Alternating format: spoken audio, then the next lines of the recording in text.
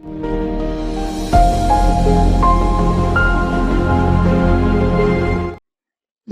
સ્વામિનારાયણ.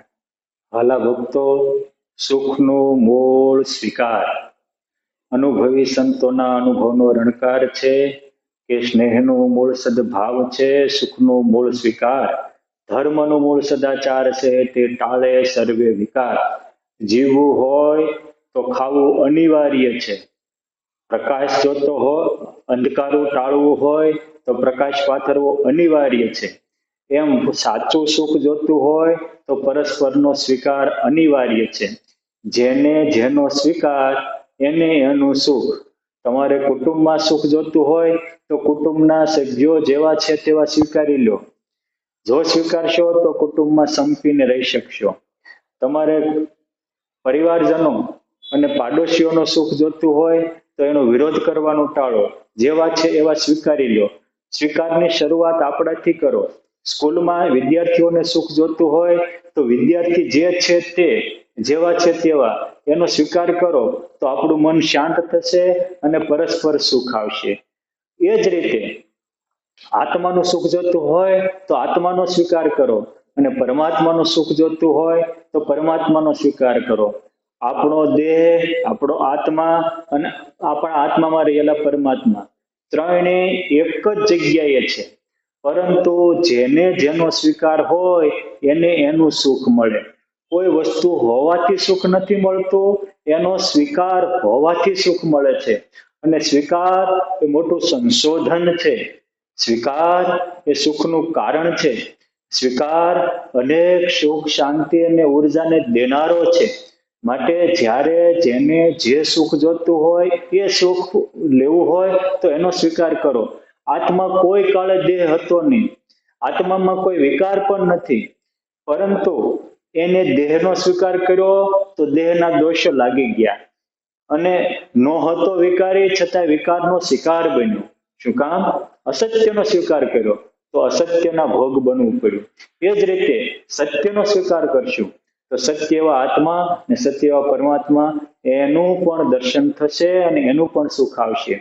કેમ? જે સ્વીકાર સુખનું મૂળ છે અને સ્વીકાર મોટું સંશોધન છે. કહેવાય છે કે 150 વર્ષ ઉપરાંત એકવાર ન્યૂટન એક ઝાડ નીચે બેઠો હતો અને ઝાડવામાંથી સફરજન પડ્યું એટલે એને વિચાર આવ્યો કે આ આકાશમાં ન ગયું, હેઠે કેમ પડ્યું? અને એમાંથી ગુરુત્વાકર્ષણનો નિયમ શોધાણો. તે ન્યૂટને જે દિવસે ગુરુત્વાકર્ષણનો નિયમ નહોતો શોધ્યો તે દિવસે શું બધા સફરજન આકાશમાં વહી જતા હતા? તે દિવસે શું કઈ કેરીઓ કે કોઈ ફળ ફૂલ હોય એ બધા આકાશમાં ઉડવા વહી જતા, પિકનિક કરવા જતા? અત્યારે અમુક માણસો પિકનિક કરવા જાય એમ કાંઈ નહીં. શોધ્યું નહોતું તે દિવસે હેઠા પડતા હતા અને ગુરુત્વાકર્ષણનો નિયમ શોધાણો તો પણ નીચા પડે છે. તો શોધ્યું શું? 400-450 વર્ષ પહેલા ગેલેલીએ શોધ્યું કે પૃથ્વી છે એ સૂર્યનારાયણની પ્રદક્ષિણા ફરે છે. એ પહેલા પૃથ્વી કાંઈ મેરુની પ્રદક્ષિણા ફરવા જતી હતી? ગિરનારનું પ્રદક્ષિણા ફરવા જતી હતી? 80 વર્ષ પહેલા જગદીશચંદ્ર બોઝે શોધ્યું કે ઝાડમાં જીવ છે. તો એ પહેલા ઝાડવા તો સૃષ્ટિ સર્જાની તે દિવસના સર્જાયેલા છે. તો એ પહેલા ઝાડવા ક્યાં બધા ભેગા મળીને ગંગા સ્નાન કરવા જતા હતા? ભેગા મળીને ક્યાં હિમાલયની કે નરનારાયણ બદ્રિકાશ્રમની કેદારનાથની યાત્રાએ જતા હતા? ના, નહોતું શોધ્યું. તે દિવસે ઝાડવામાં જીવ હતો એ હતો, નહોતું સંશોધાણું. તે દિવસે પણ પૃથ્વી સૂર્ય ઉપર ફરતી હતી અને નહોતું શોધાણું. તે દિવસે પણ આકાશમાં કોઈ પણ વસ્તુ ઉડાડીએ તો નીચે પૃથ્વી આરે ભટકાતી હતી. તો એને શોધ્યું શું?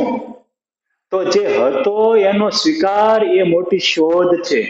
અને છે એનો સ્વીકાર થયો તો પછી સર્જન રૂપી બીજું સંશોધન થયું. આજે જે વસ્તુ હતી એનો સ્વીકાર થયો તો એના માધ્યમે અવકાશ યુગની શોધ થઈ, સ્ટીમ્બરોની શોધાણી, ગતિઓના નિયમ શોધાણા. એટલે છેનો સ્વીકાર એ મોટું શોધ છે અને એ છેના સ્વીકાર રૂપી શોધથી સર્જન રૂપી શોધો થાય છે. એ જ રીતે આપણે આત્મા છીએ એનો સ્વીકાર કરીએ તો આત્માની દિવ્યતા રહેલાય. આત્માને કહ્યું છે કે અક્ષર બ્રહ્મ છે, ભગવાનને રહેવાનું ધામ છે. નૈનમ ચિંતનતિ શાસ્ત્રાણી નૈનમ દહતિ પાવક નૈનમ ક્લિદ્યતિ આપ નૈનમ શોચતિ મારુત. આવું જે અચ્છેદ્ય, અભેદ્ય, અજર, અમર એવું આત્માનું સ્વરૂપ છે એને સ્વીકારો તો એની દિવ્યતા અનુભવાય. સ્વીકાર અસત્યનો કરવો છે અને અપેક્ષા સત્યની દિવ્ય આનંદની રાખવી છે એ નહીં બને. જેનો સ્વીકાર હોય એનું સુખ મળે. માટે કુટુંબમાં શાંતિ જતી હોય તો કુટુંબના સભ્યો જેવા છે એવા સ્વીકારો. સત્સંગમાં શાંતિ જોતી હોય તો સત્સંગમાં જેવા છે એવા દરેક ભક્તોને સ્વીકારો. એ જ રીતે છતાં આત્માનો આનંદ જોતો છે, અક્ષરધામનો આનંદ જોતો છે, તો હું આત્મા છું અને સૌ પણ આત્મા છે. હું અક્ષરધામ છું અને સૌ પણ અક્ષરધામ છે.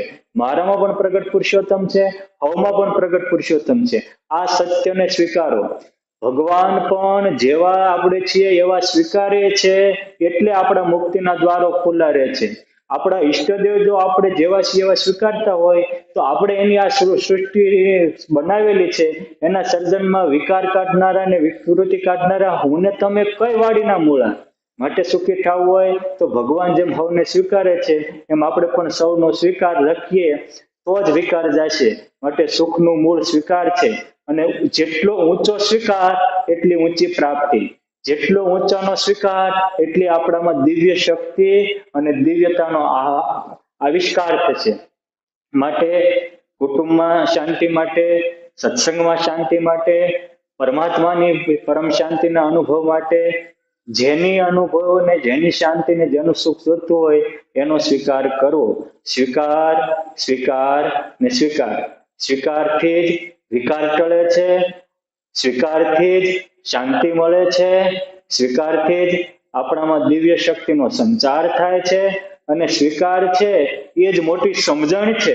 મહારાજ કે આ સ્વરૂપને તો તમે પણ દેખો છો પણ જેમ છે તેમ સમજતા નથી. સમજતા નથી મીન્સ તમે માનો છો કે આ ભગવાન છે પણ જેવા અક્ષરધામમાં બેઠા છે એવા જ આ છે એવો સ્વીકારતા નથી.